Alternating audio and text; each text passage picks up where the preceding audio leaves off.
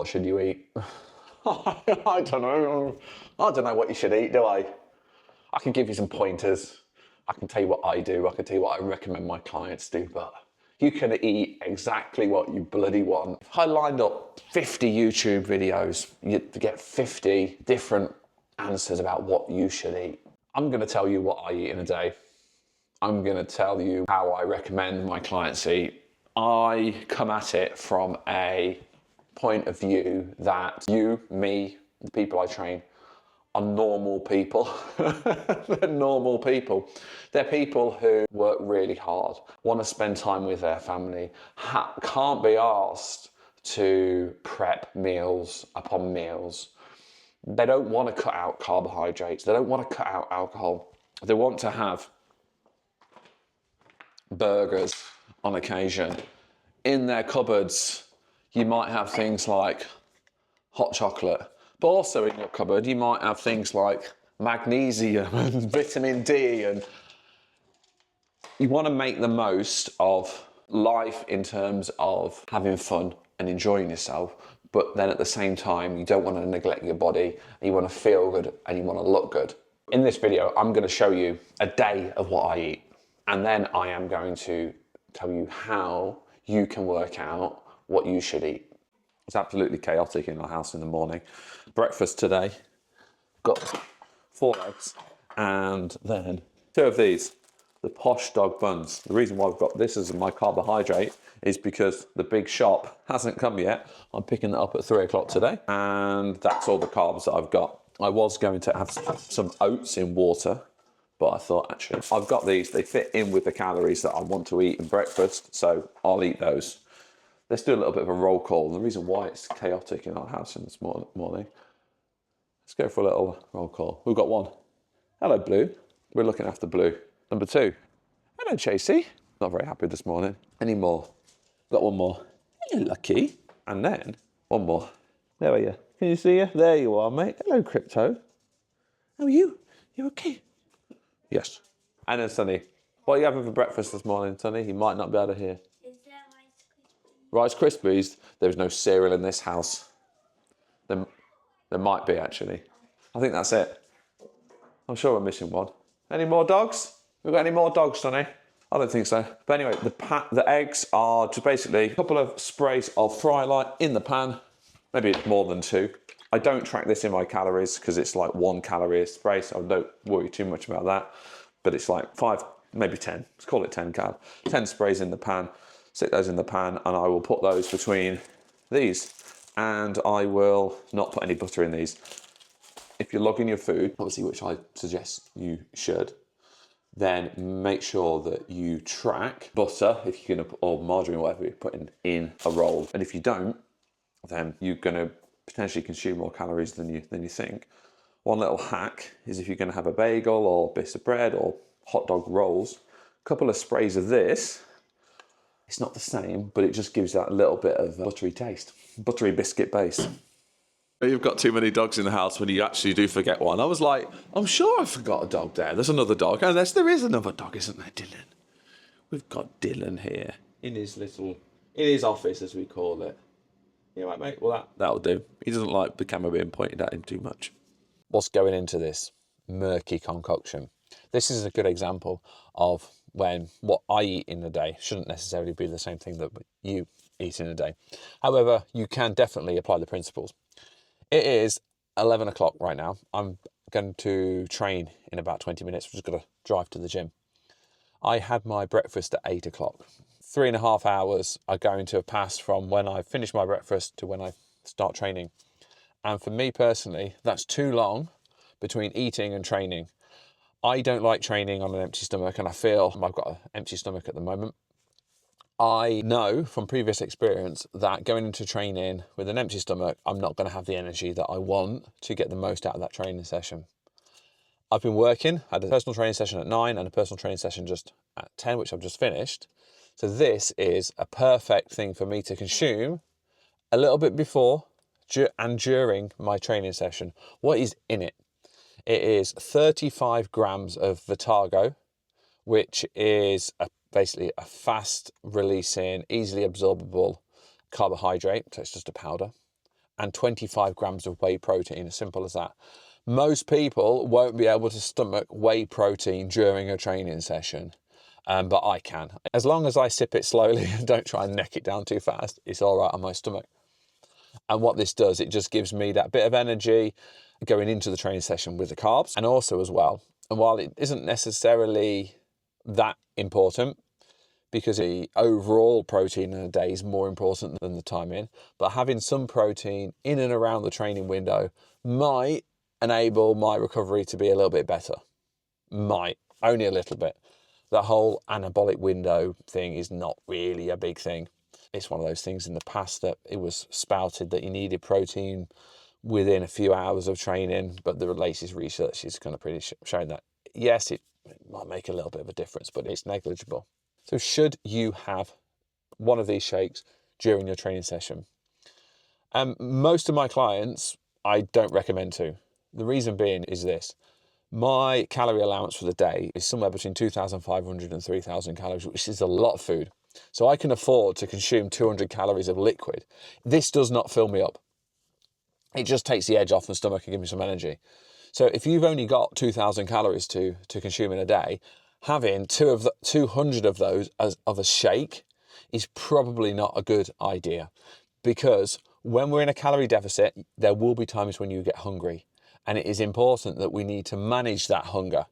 So eating foods that make you feel full, and this doesn't.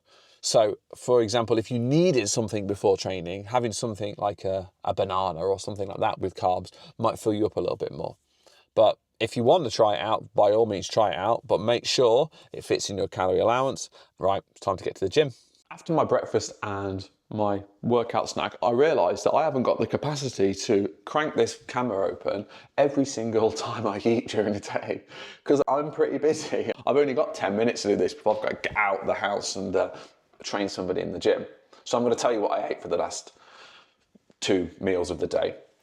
Very, very simple. It was left over from the barbecue the night before. It was chicken, it was salad, there was some oatcakes, there was a high protein yogurt, there was a pear, and there was a square, living life on the edge, there's a square of Lindt dark chocolate.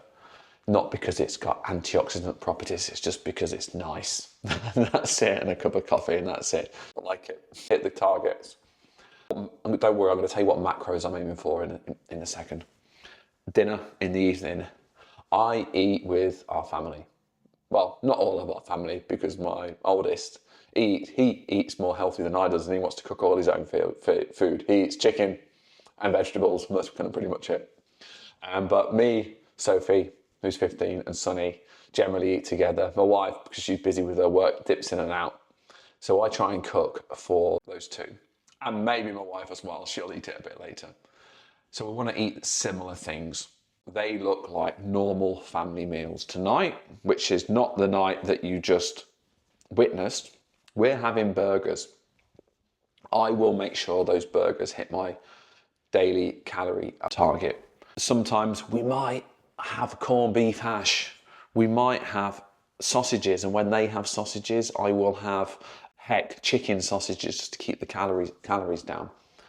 I tend not to actually track my evening meals. By the time it gets to the evening, I would have logged everything in my login app. So I've got an amount left. It's normally between 500 and 800 calories. So as long as what I eat kind of fits that, then I'm cool. And then in the evening, I have pretty much the same thing. I have a bowl of Fahey yogurt with frozen cherries and some oats. I make it when I am making the dinner in the evening, so those oats have absorbed a little bit. It's nice. Oh, and then 20 grams of peanut butter. So that's my Monday to Friday day. That's it. And it's very similar. Slight variations on that.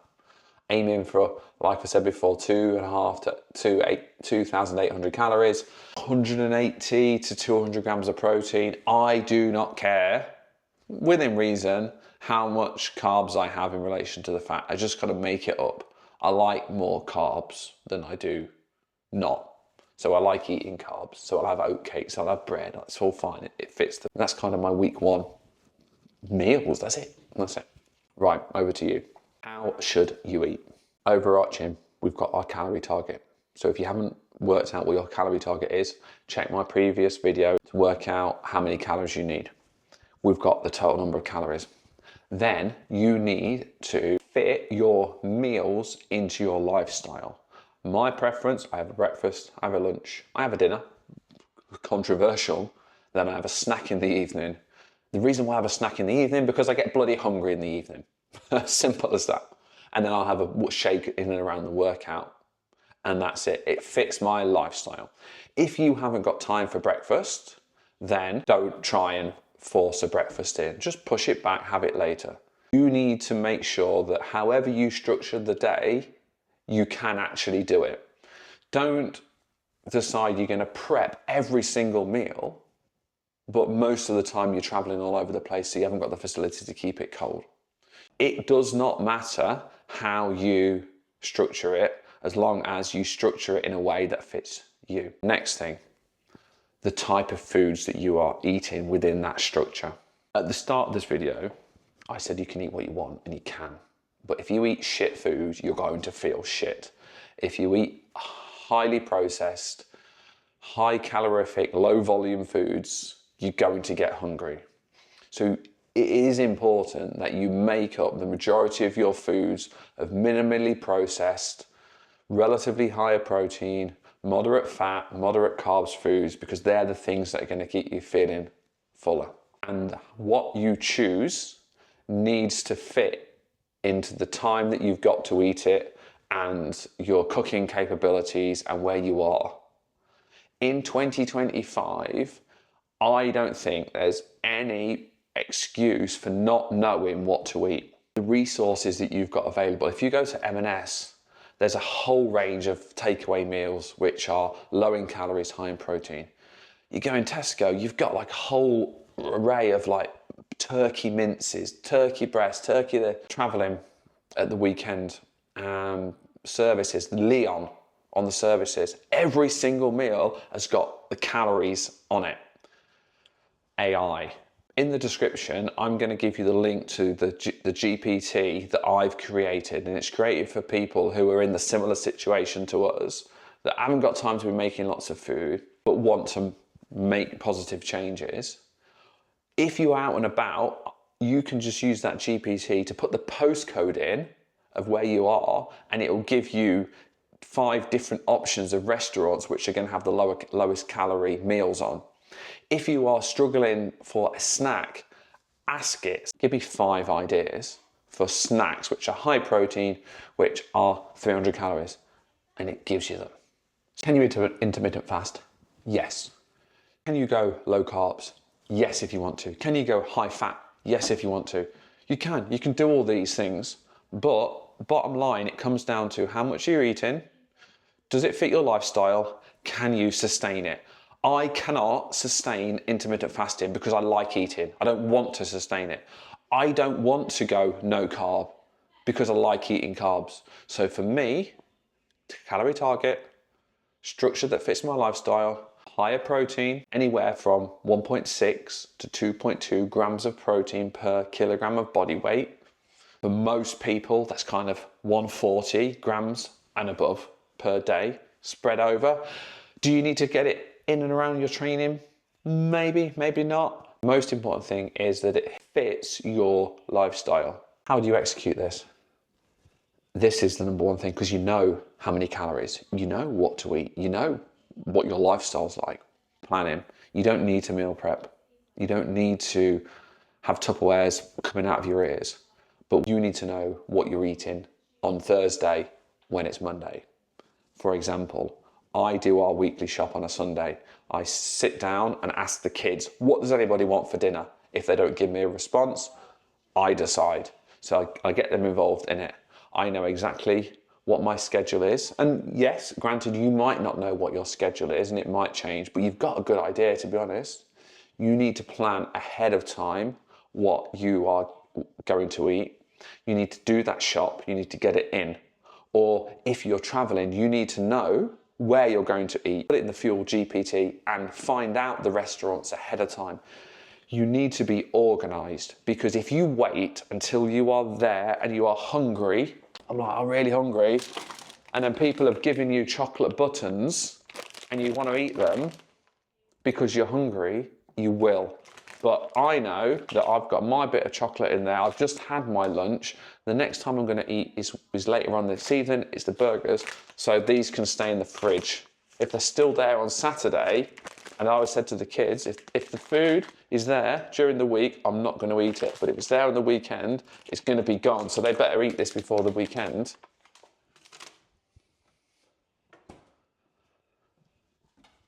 You've got to plan what you are going to eat ahead of time. Simple. Doesn't need to be onerous. It doesn't need to be massive lengthy plans, because if you don't plan and you leave yourself to what your current habits are, you're going to shoot yourself in the foot and you're going to fail again.